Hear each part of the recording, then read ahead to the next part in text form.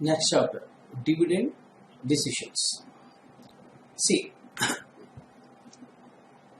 every year the company may have surplus profit after distribution of or after payment of all the expenses. Like the company gets revenue from its operations.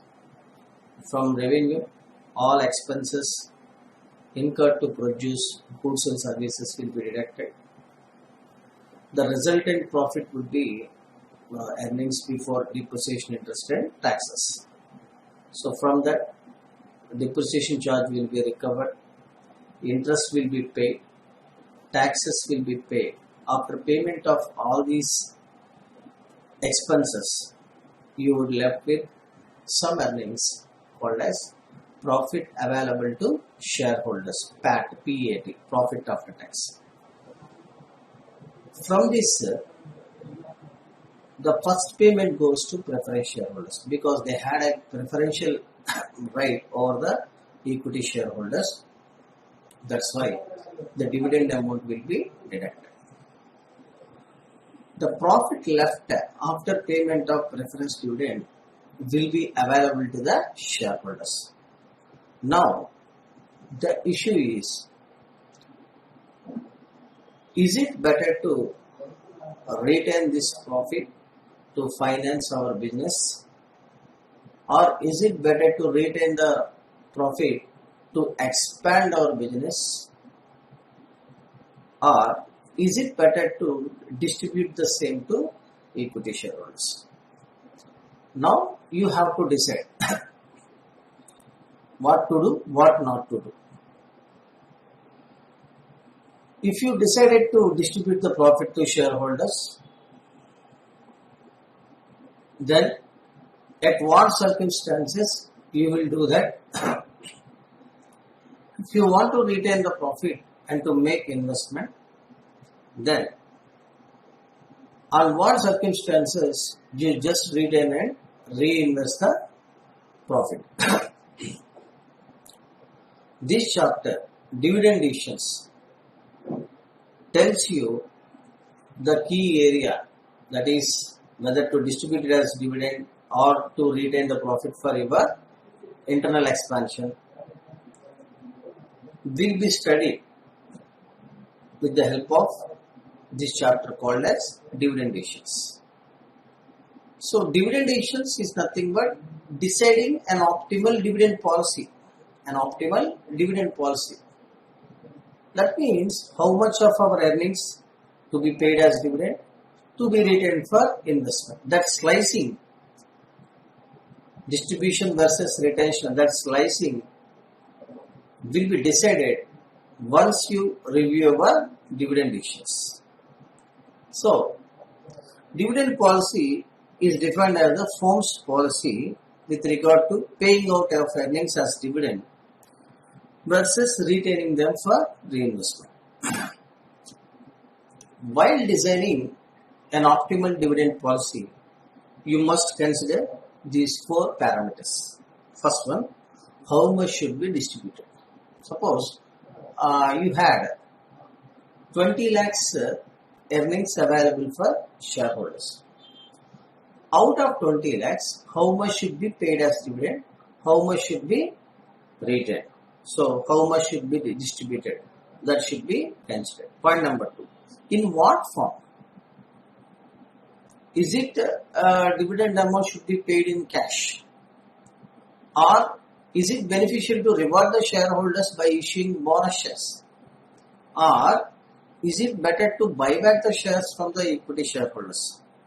Buyback, bonus shares are also one of the ways to reward the shareholders.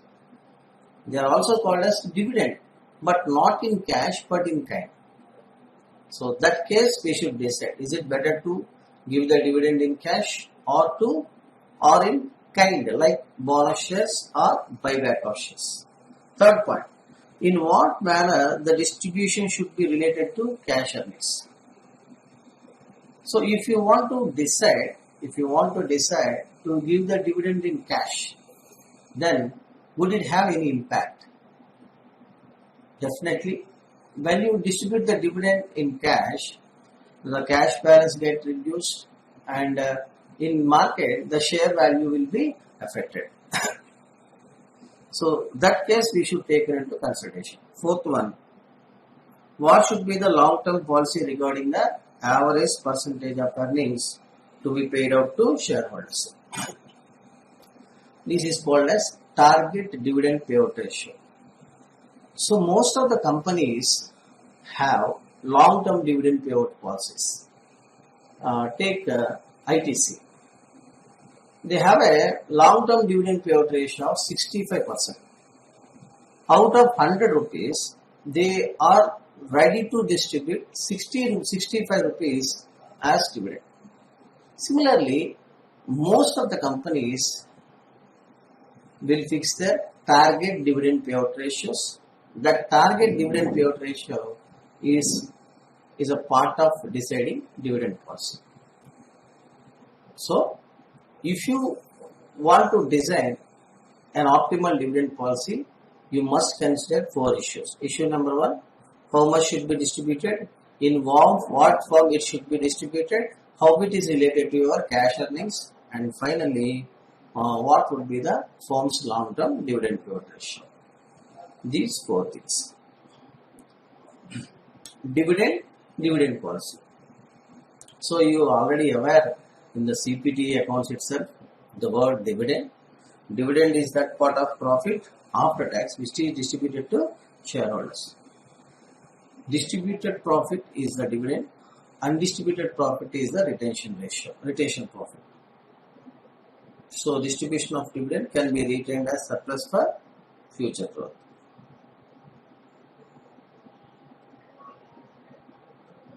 So in this chapter, we are going to study if there is any relationship between a company's dividend policy and its share value. In other words, can we influence our share price by designing an optimal dividend policy? Few people are saying, yes, we can influence the share price by designing an optimal dividend policy. Few people are saying there is no relationship or nexus between your dividend policy and your share price. Both are different. These classifications are called relevant theories, irrelevant theory. Relevant theory means there is a relevance or relation between share value and dividend policy. Irrelevant, they are saying there is no nexus relation between your dividend policy and share price. In other words, both are independent.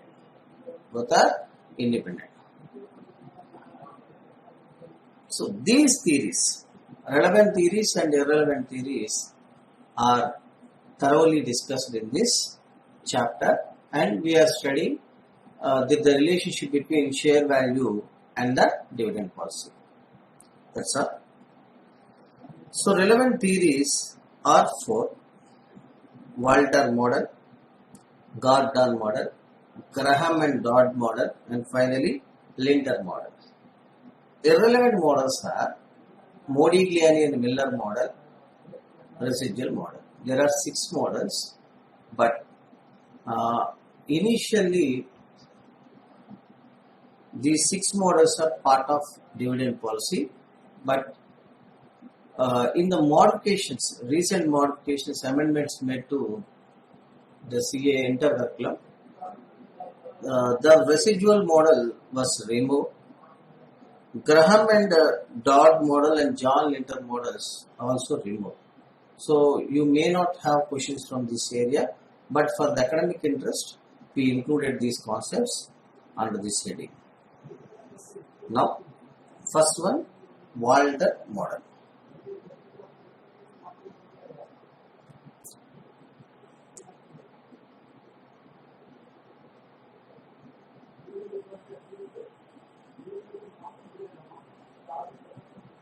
James Walter model.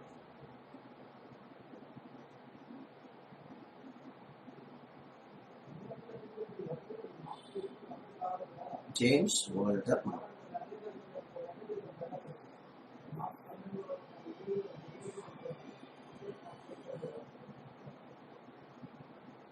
See,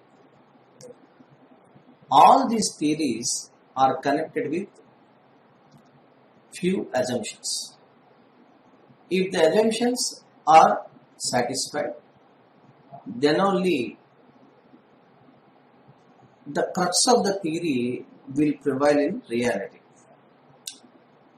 If I want to do anything, I should presume few conditions. If everything goes right, I will do what I want to do. Suppose tomorrow I want to write an exam. I told you that I will get 80%. Say 80% is just a chance. If I really get that mark, the paper should be there in accordance to my expectations.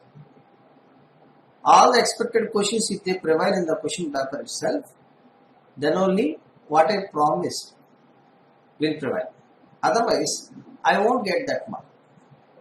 Similarly, James Walter is saying that yes, there is a relationship between dividend policy and the external market price. You can influence your share price by modifying the dividend policy. Okay, but subject to these assumptions. If these assumptions are satisfied, then only this relationship exists. Assumption number 1.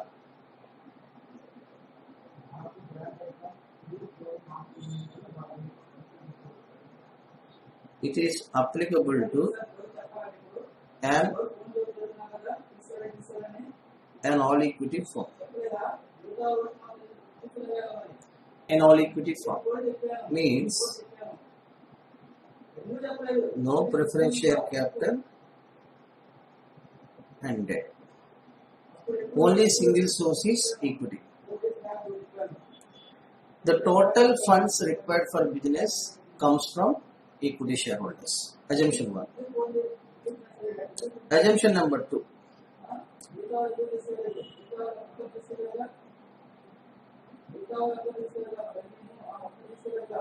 The rate of return on assets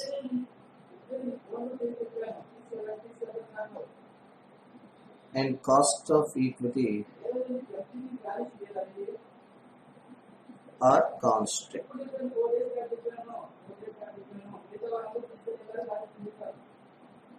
See,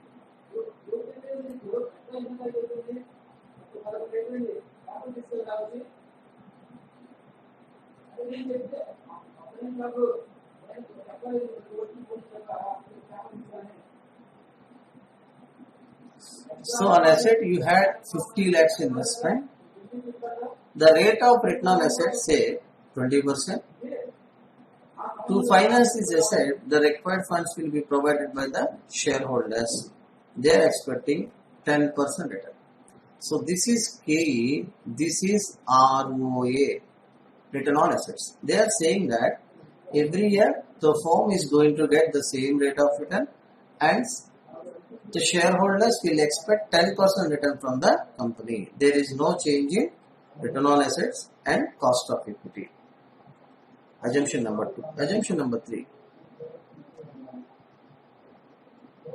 No change in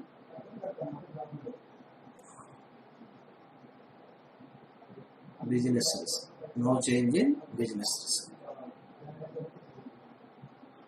The conditions which are prevailing as on today will prevail after 1 year, after 2 years, after 3 years, and so on. That means you will get same amount of revenue as in today, tomorrow, or day after tomorrow, after a few days. They are saying that the business environment in which the firm is prevailing, the firm is operating, are not expected to change. The conditions will remain the same. If you had 5 competitors, those 5 competitors will prevail. Those 5 competitors will continue in future. That's all. You may not have the additional competition risk and additional environmental risk. That's why you would get the same amount of profit on account of this assumption. No corporate taxes. No corporate taxes. We are living in a world of no taxes. This is assumption number 5. Assumption number 4. Assumption number 5. All earnings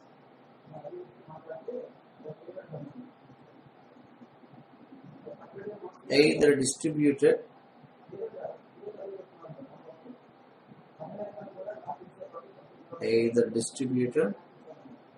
or retained internally.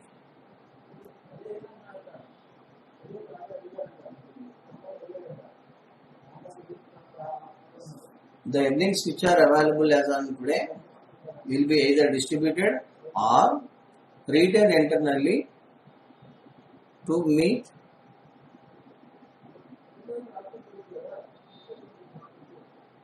investment opportunities.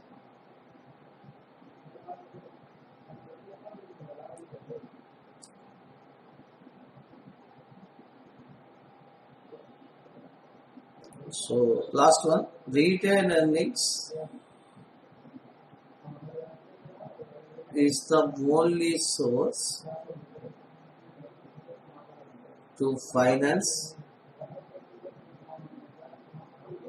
investments. If a new project is undertaken, that would be financed with retained earnings only. So these are the fundamental assumptions laid down by James Walter. So last one.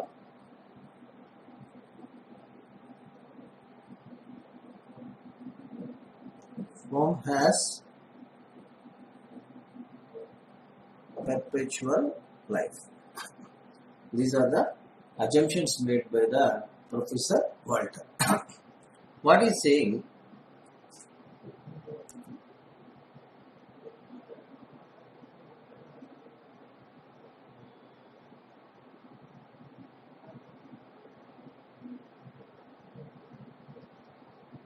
he suggested a dividend policy which he named as optimal dividend policy.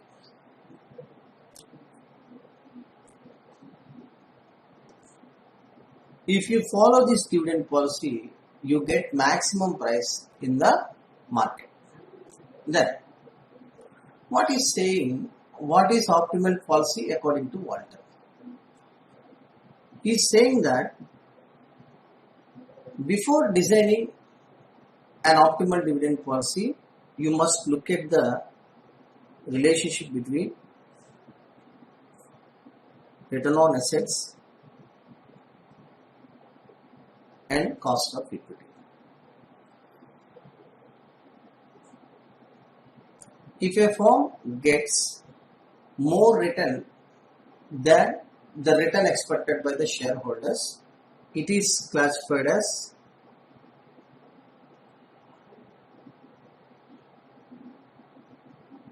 growth firm. Suppose X Limited gets 20% return on assets, but their shareholders are expecting 10% return. You are asking me 10%, I am getting 20% on your capital. In that case, my company is classified as growing company or growth firm. R less than K. This company or this firm is classified as declining firm. I am asking you 10% return on my capital, but you are giving me just 8%. In that case, that company is classified as declining company. It is simply erodes the capital of your work. When R is equal to K, I am expecting 10%, the company gets the same return on assets. This is called normal form. So Walter classifies all the companies into three categories: growing, declining, normal company. Growing company gets higher return than expected by the shareholders. Declining firm gets return which is much below the minimum return expected by the shareholders. And in case of normal firms, they are sufficiently earns the rate of return expected by the shareholders.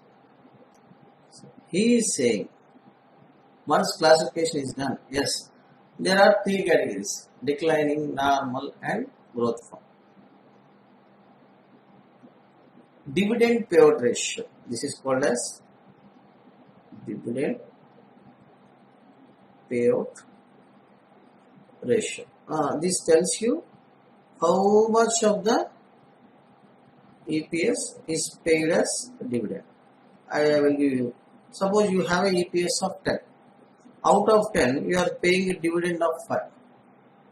Your dividend payout ratio, that case, 50%. In case of growth firm, the dividend payout ratio should be 0%. He's saying don't pay dividend here. You have better productivity than investor. If you give dividend, they will get a 10% return on that. They just get 10% return on that. If you retain that profit makes reinvestment, you would get 20%. That means the company's productivity is much more than the productivity of investors. That case, don't pay dividend, better to retain the profit and make reinvestment. So hence dividend payout ratio is equal to 0%.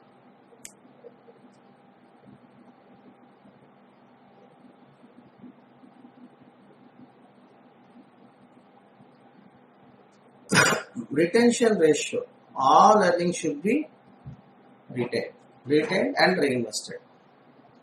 In case of declining firm, he is saying that please don't do business here. It is better to give the profit to the shareholders. They have the better productivity than you because they are getting 10%. If you make investment, you are getting 8%. They suffer a loss of 2%. So dividend payout ratio 0%. If you are getting same rate of return as that of shareholders, you can fix your dividend payout ratio anywhere. That case, the share value is not affected.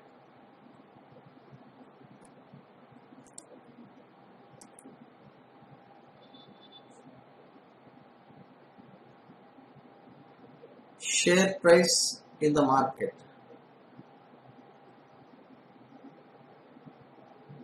Maximum. Share price in the market. Maximum. If you are adopting this type of dividend payout ratio,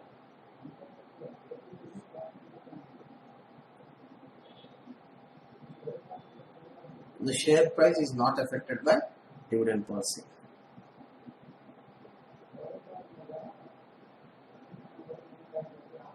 So this is first case. So third part.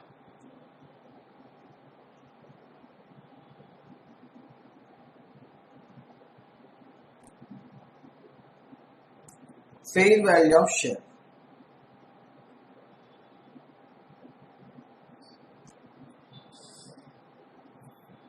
That equal to D1 plus R by P into E minus P whole divided by K. I am simplifying this. D1 by P plus R by P into E minus P whole divided by K. Sir, what is this? What is this? This part. D1 by K.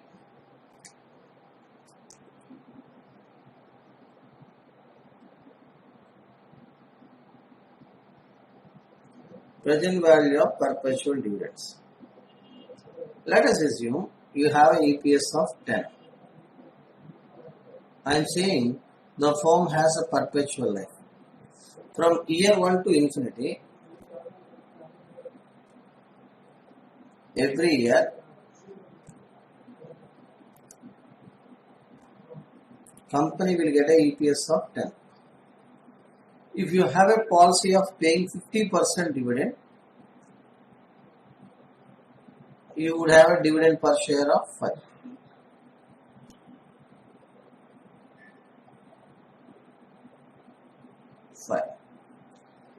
First year 5, second year 5, third year 5, fourth year 5, and so on. This payment will continue forever. So for this 5 rupees, how much I am ready to pay? That is nothing but present value of perpetual dividend. If you calculate this 5 rupees with your cost of equity, you will get that value. Suppose your cost of equity was 10%. To receive this 5 rupees cash dividend, you must pay 50 rupees. Now tell me, out of 10, you just paid a 5. The balance 5 rupees called as retained earnings. Retained earnings. That is the difference. 10 minus 5, 5. So this value is equal to present value of perpetual retained earnings. So for this 5 rupees, how much you are paying is calculated with this part. So the value of share equal to present value of perpetual dividends plus present value of perpetual retained earnings. Put together present value of EPS. Value of share is nothing but present value of EPS.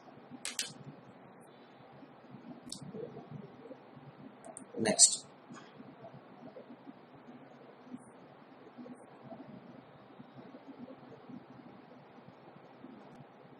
So according to Walter,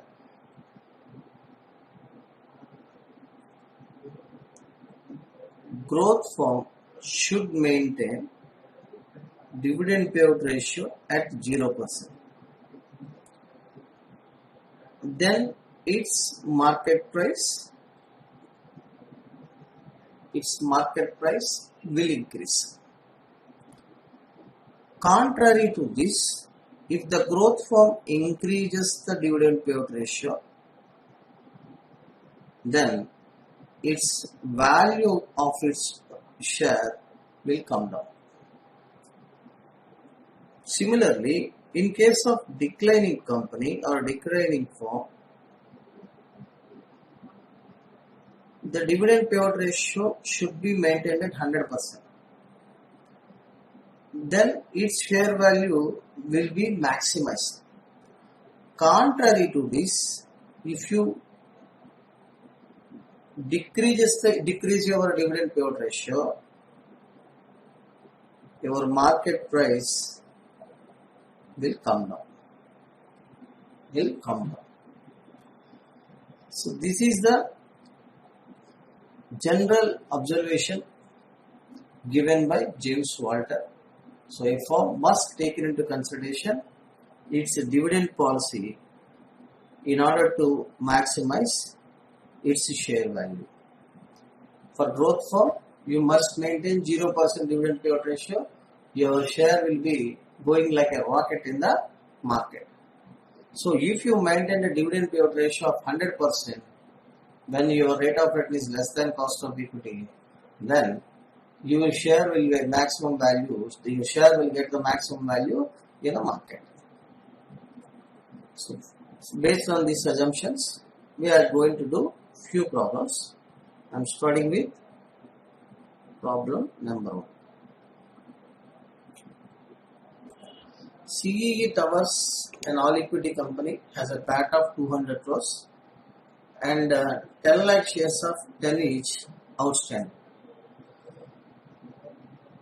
As at the end of the financial year, its cost of capital is 12%. CEE Towers can earn 15% on its investment and ascertain the value of a company under Walter model if dividend payout ratio, payout means dividend payout ratio 20%, 40%, 60% and 80%.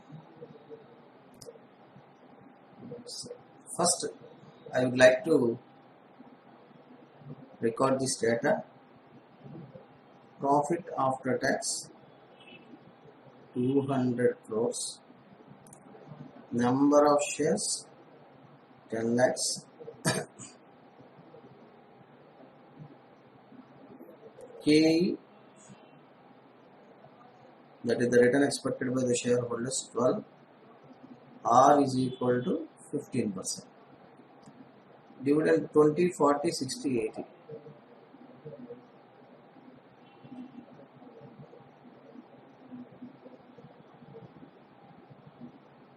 That's it. First identification.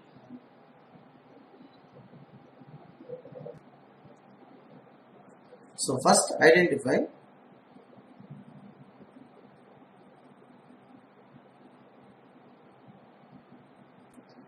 the rate of return on assets 15%, cost of equity 12%. So here R greater than K. This is a growth form.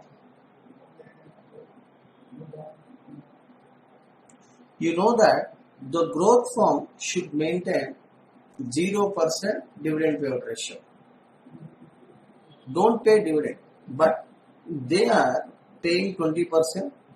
They want to pay 40%. They want to pay 60%. They want to pay 80%.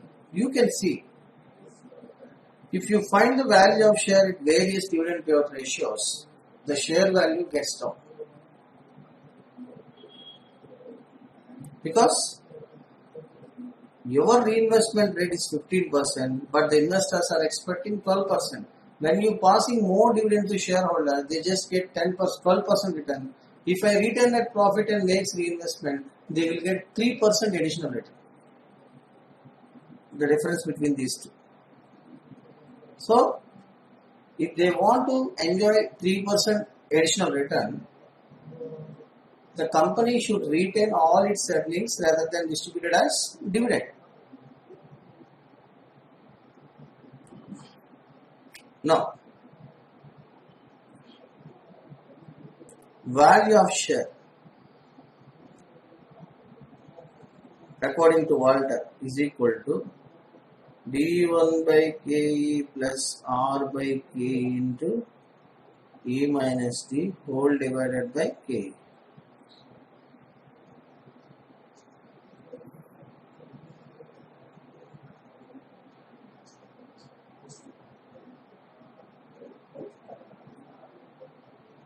So, dividend per share, profit after tax minus preference dividend divided by number of shares.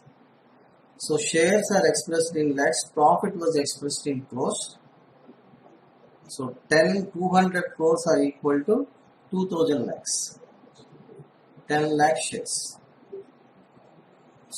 200 lakhs are equal to 20,000 lakhs into 100 divided by 10 lakhs.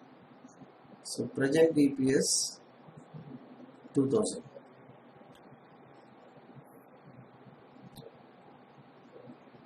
Situation 1.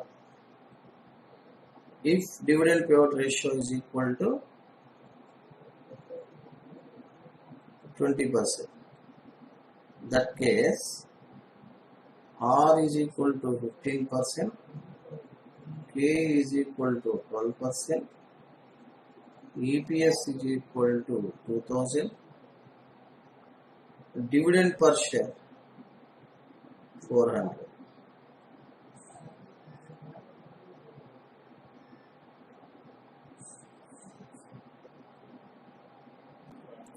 So this is the given information.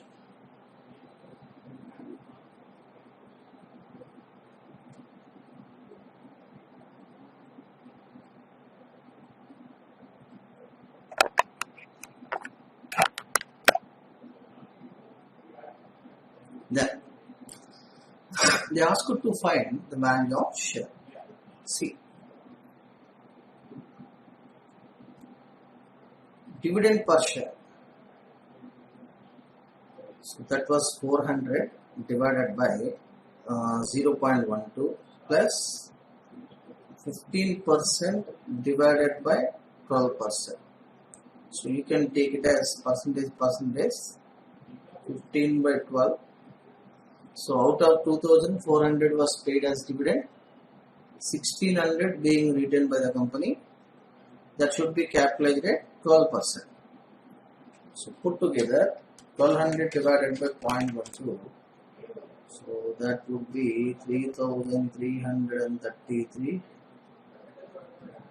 plus 15 by 12 into 1600,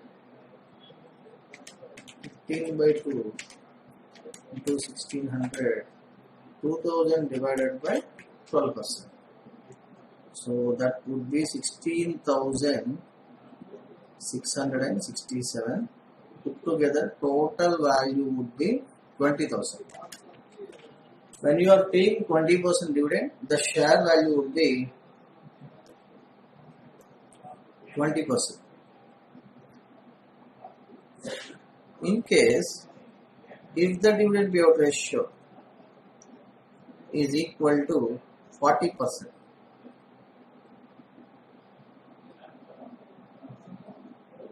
dividend per share, 2000 into 40%, how much? 800. I am substituting this 800 by 12% plus 15 by 12, 1200 divided by 12%. So 800 by 12%, 6,667 plus 15 by 12, 1.25 into 1200 divided by 0.12, 12,500 plus 6,667, 19,167.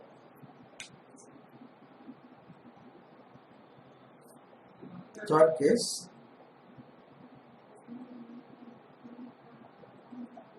if dividend payout ratio is equal to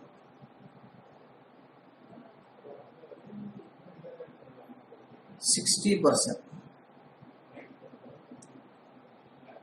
that case dividend per share would be 2000 into 16%, 1200. So 1200 by 0.12, that is 12%.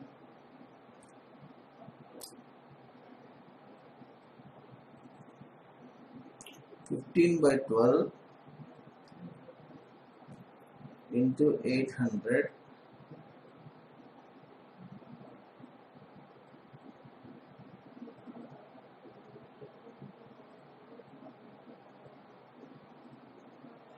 divided by 12%.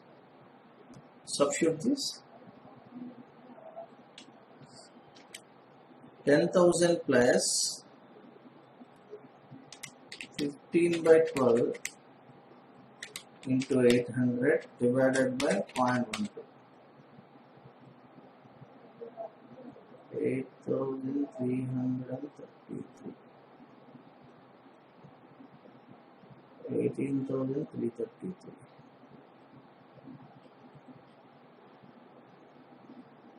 Similarly, when you have a dividend payout ratio of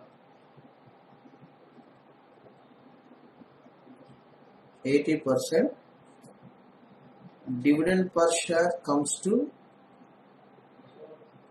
2000 into 0.8, 1600.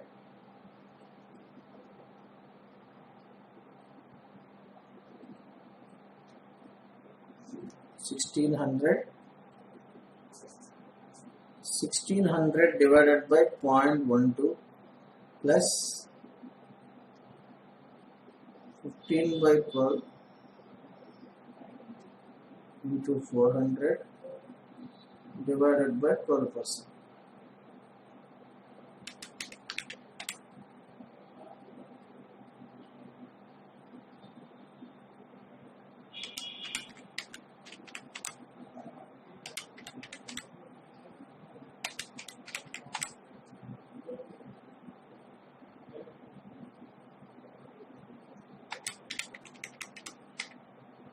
17,500.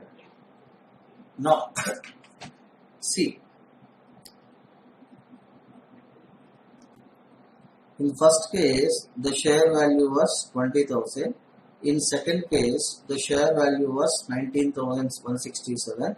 In third case, it would be 18,333. And fourth case, it would be 17,500. You can see the value of share was gradually declining over a period of time. That is mainly because the company had increased its dividend payout ratio.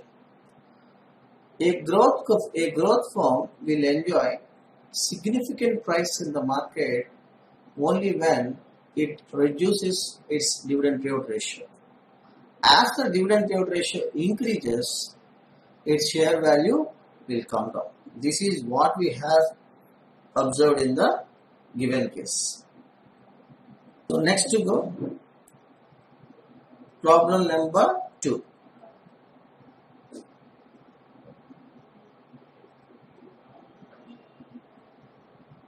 Problem number 2. The following information is supplied to you. Total earnings for 2 lakhs. Dividend paid was 1,50,000. Out of 2 lakhs, 1,50,000 was paid. It means the present dividend payout ratio was 75%.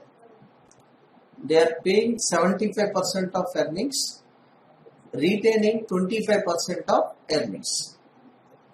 The total shares comes to 20,000. When you divide 2 lakhs with 20,000 shares, the EPS per share would be rupees 10. Out of 10, 75% means 7.5 rupees was paid as dividend. Then the PE ratio comes to 12.5. Price earning ratio tells you equity investor of the company is right now is willing to pay rupees 12.5 per share for each rupee that he is expecting from the company. So for every rupee he is ready to pay 12.5 rupees. Applying Walter model, find out the value of share at present dividend payout ratio. At present dividend ratio means 75%. This is question number 1. Value of share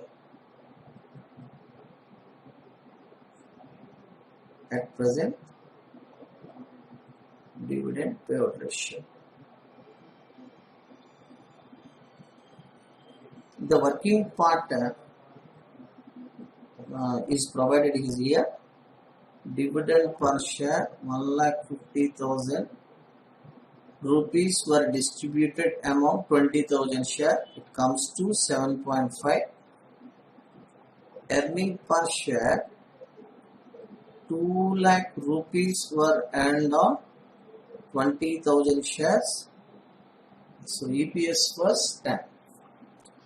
Now, what is the formula to get the value of share? P naught equal to D1 by K plus R by K into E minus D whole divided by K. So tell me, what is D1? What is R? What is K? D1, we know that 7.5, but I don't know the cost of equity. This is not given. Similarly, the rate of return on investment is not available here.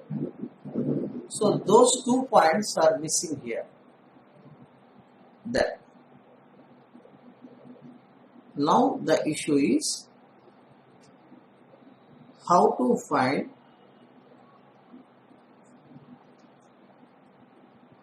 cost of equity and reinvestment rate.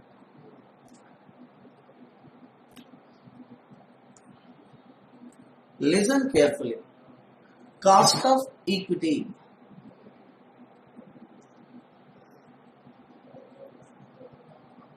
can be affected by modifying the price earning ratio given in the question. So price earning ratio is equal to MPS by EPS. Tell me, this is 12.5. So investor is ready to pay 12.5 rupees for each rupee expected from the company. Make it reverse. I am ready to pay for each rupee of profit. For each rupee of profit, I would pay 12.5 rupees. In other words, on every 12.5 rupees investment,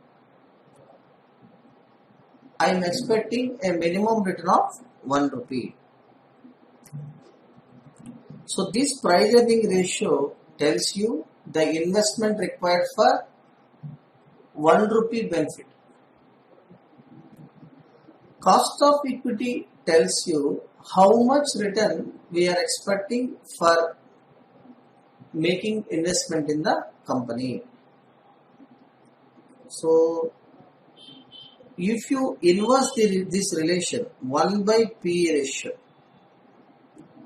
will give you the K, because 1 by P means 1 by, what is the P ratio? MPS by EPS. That comes to EPS divided by MPS.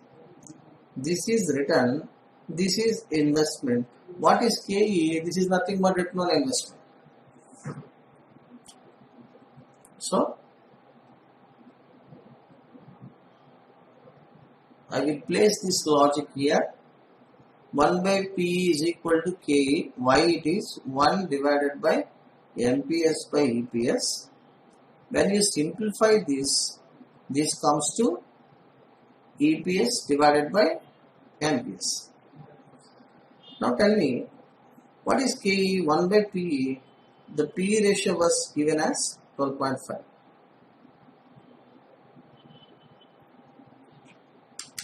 One divided by 12.5 into 100 is equal to 8%. Second thing, a thumb rule is that when you don't have information for cost of equity, when you have information for PE, you can simply take inverse of PE as cost of equity. Similarly, the rate of return on R means return on assets.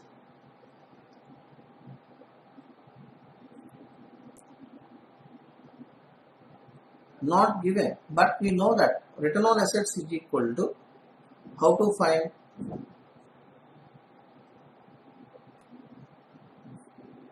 This is the balance sheet. We have only equity, 20,000 shares of 100 each, 20 lakhs. Assets presumed to be 20 lakhs. On 20 lakhs, you are getting a return of 2 lakhs. Profit after tax. Therefore, return on assets R is equal to profit divided by assets into 100. So 2 lakhs earned on 20 lakhs means R, the present R was 10%. So just substitute here. What is the gain? 8%. 10 by 8 into 10 minus 7.5 divided with 8%. Simplify this. 7.5 divided by 8%. 93.75 plus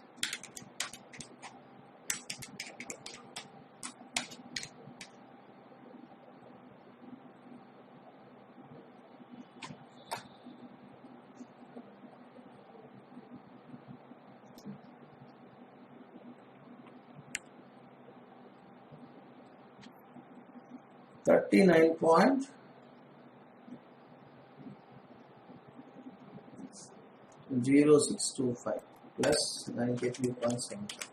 So that makes to 132.8125 is the current share price according to the 75% dividend payout ratio. That is part 1. Part 2.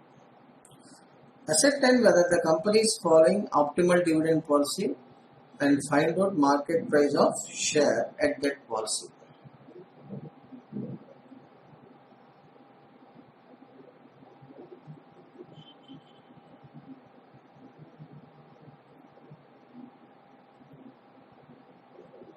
Value of share at optimal dividend payout ratio.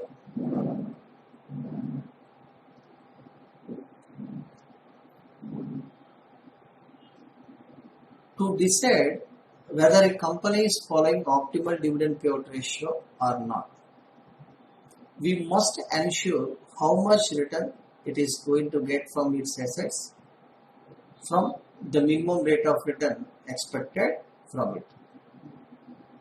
If you observing these two things, you can have a conclusion that whether the company is going to following an optimal dividend policy or not. See this, at present, they are getting a return of 20%. They are getting a return of 10%. Its shareholders are expecting 8%.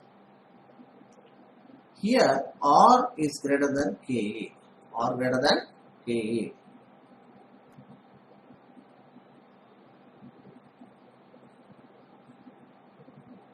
A company which is earning more than what the shareholders are expecting, that was classified as growth firm. We know that optimal dividend payout ratio with respect to a growth firm is equal to 0%. Contrary to this, the company following 75% dividend payout ratio.